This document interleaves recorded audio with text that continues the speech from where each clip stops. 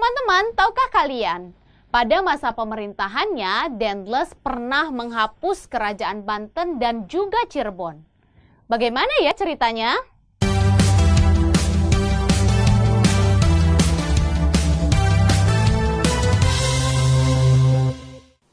Beberapa tindakan yang dilakukan oleh Dendles diantaranya adalah pertama, dia membatasi secara ketat kekuasaan raja-raja di Nusantara. Nah, saat itu Dendles membatasi kekuasaan para raja dengan cara menghapus sebagian budaya-budaya yang ada di keraton.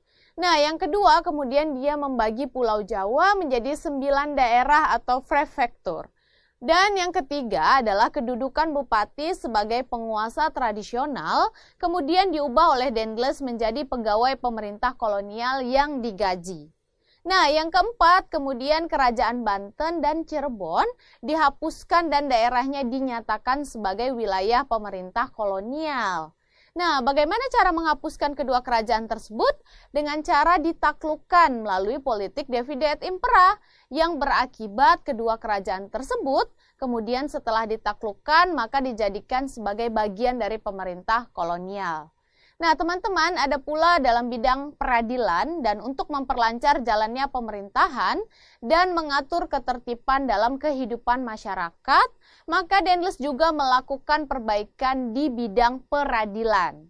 Nah, saat itu Dendles berusaha memberantas peradilan dan berbagai penyelewengan dengan mengeluarkan beberapa peraturan.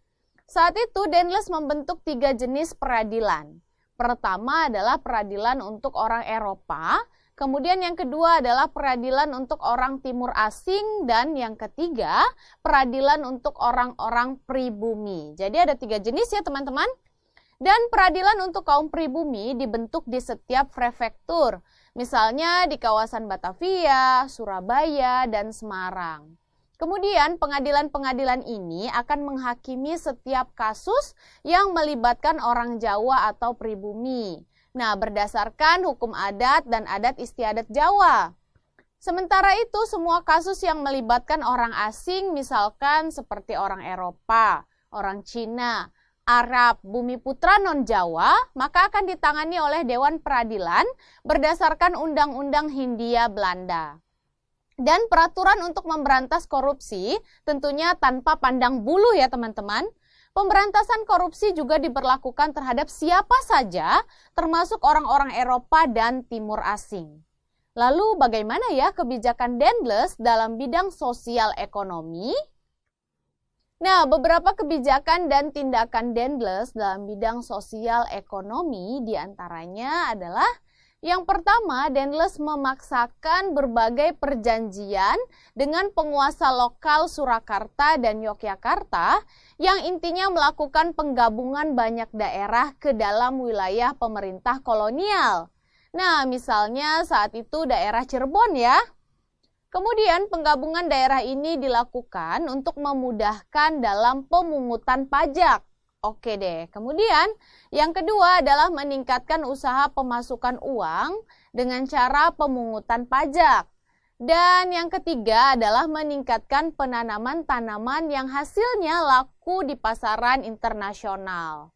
Selain itu, yang keempat, rakyat diharuskan melaksanakan penyerahan wajib hasil pertaniannya. Dan yang kelima adalah melakukan penjualan tanah-tanah kepada pihak swasta.